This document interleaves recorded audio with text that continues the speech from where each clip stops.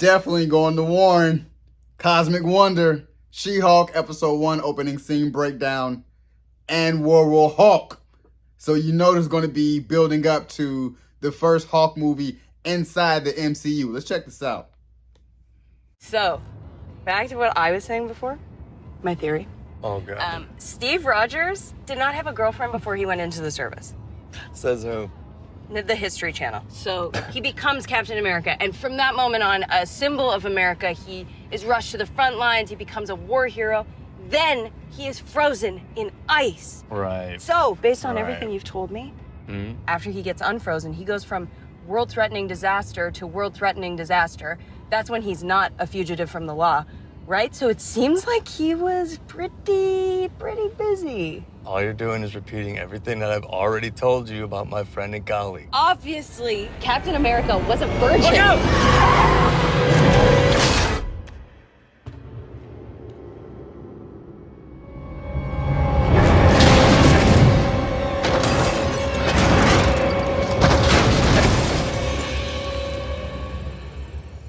What is going on, everybody? Welcome back to the Cosmic Wonder. I'm your host, Warren Thompson, and this exclusive clip was released by IMDb today, and I really love this clip for so many reasons. There are so many different Easter eggs and setups in this 1-minute video. It is crazy awesome, from talking about Captain America being a virgin, which is something that you would never really think Marvel Studios would talk about, but She-Hulk is going to possibly giving us a setup for the next solo Hulk movie, which is rumored to be World War Hulk. This clip has so much to it, and it's funny, and we get the origin story of She-Hulk. So let's jump into the breakdown and talk about all of these Easter eggs and the setup for the next solo Hulk film. And of course, if you're new to the channel, be sure to subscribe so you don't miss out on any of the latest videos. So this clip is hilarious because we essentially get the origin of She-Hulk here, and the reason it kind of all happens is because she's making fun of Steve Rogers, Captain America. So we start off with Jennifer Walters and her cousin, Bruce Banner, aka the Hulk, in the car. And Jennifer states that she has a theory, and the theory is about Captain America. And the theory is that Captain America is a virgin, and it's kind of funny because she presents facts and evidence to support her case, which is funny because she's a lawyer. That's what she does professionally. That's what she does for a living. She argues facts and evidence, and you can see that she clearly brings that into her personal life as well. But it's also hilarious because Bruce Banner has known Steve Rogers for a while and has been through so much with him. And he was even there when he went back in time, stayed back in time, but then came back to give the shield to Sam. So Bruce Banner has really been by Steve Rogers' side for a while, with the exception of the time that he went away after Age of Ultron. But he's listening to her and he's kind of laughing and shaking his head because this is his friend and she is coming up with these pretty crazy theories that actually kind of seem to be true.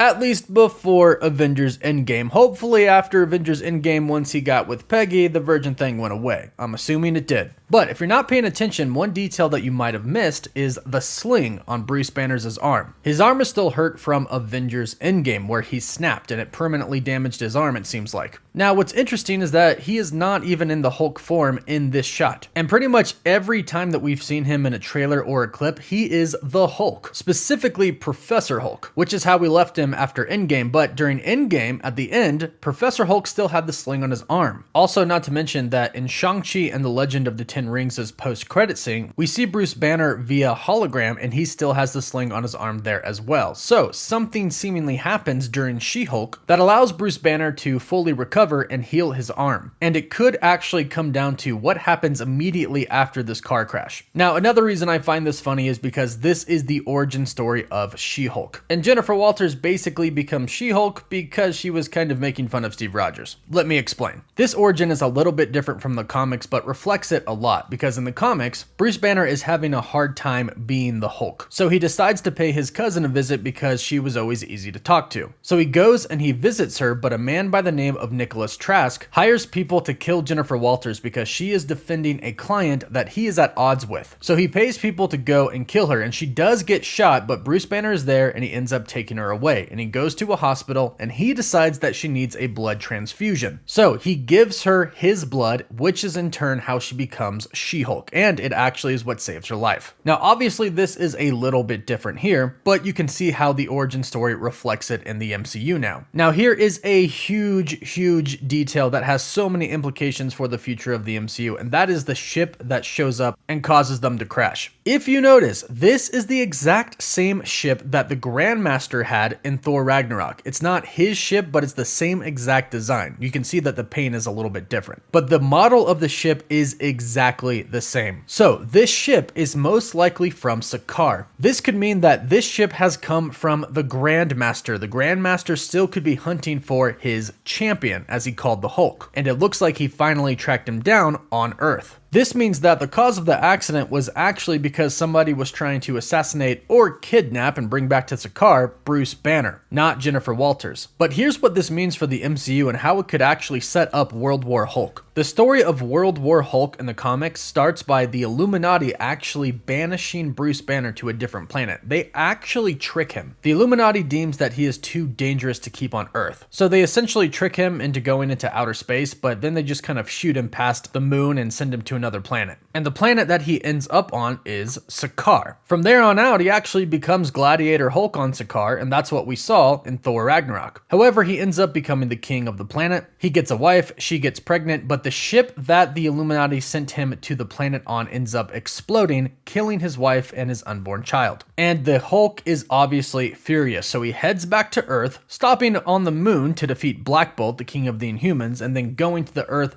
and defeats pretty much every hero there is. And this Hulk is super strong because he absorbs so much radiation on the planet Sakaar. Now, of course, this show is going to be about She-Hulk. If we've learned anything from the other shows, it's that Marvel Studios, when they do a Disney Plus series about a specific character or characters, they stick to the story about the characters. So I'm not assuming we're going to dive too much into Sakaar and She-Hulk. However, I do think this is a big setup for the next Hulk movie. Clearly, people on Sakaar, whether that's the Grandmaster or anybody else, are searching for the Hulk. And this could eventually lead him going back to Sakaar. Or it could lead to people that he loves getting hurt, like in this opening scene here. The ship causes the crash that leads to Jennifer Walters needing the blood transfusion from Bruce Banner and her becoming She-Hulk. So obviously, she gets so hurt in this crash that she's gonna die unless she gets a blood transfusion from Bruce Banner. And this is obviously going to piss Bruce Banner off, and he's going to go, what the heck, why are people searching for me? And I'm betting that he tries to figure out what is behind all of this, or who is behind all of this. We do see the Hulk a lot in the trailers for the show, but that could all be from the very first episode when he's just kind of helping Jennifer get used to being a Hulk and showing her what she can actually do, her potential. And I actually wouldn't be surprised if Bruce Banner and the Hulk were only in 1 or 2 episodes, and then he dips and heads to Sakaar so he can find out why people are hunting him down. And that could be the setup for the next Hulk movie. And honestly, I really hope it happens because I'm ready to see a true Hulk rage out and tear people apart. Now, another interesting thing about this clip is that we don't actually see Bruce Banner turn into the Hulk during the accident, which you would think would happen. But if you look closely at Bruce Banner, you can see that he has a device on his left arm. We can't be 100% sure what this device is. However, this could be a device that kind of prevents him from turning into the Hulk. Perhaps he uses this when he's out in public in case he gets angry. It prevents him from turning into the Hulk, so he doesn't really have to worry about it. After all, everybody knows who Bruce Banner is at this point in time. They know that he's the Hulk, so they might get a little uncomfortable around him in public. Yes, he's a hero, but at the same time, the Hulk has caused a lot of destruction in the world, so perhaps this is just a safety measure. Now, I'm assuming that after the crash, Bruce does turn into the Hulk so he can save himself and then his cousin. Plus, not to mention, I'm sure he would Hulk out being pissed that this ship caused this crash and hurt his cousin to a near fatal point. And maybe from then on out, he just chooses to remain in Hulk form. Or maybe he can't get himself to go back to Bruce Banner form. We'll have to wait and see on that. But in the meantime, let me know what you think about this clip. I think it's pretty awesome, and I think it's really funny as well. Jennifer Walters is going to break the 4th wall in She-Hulk, so I'm really excited for that, and I hope it's funny. So leave your thoughts down below, and don't forget to subscribe so you don't miss out on any of the latest Marvel news and videos. For live updates, you can follow me on Instagram and Twitter, and as always...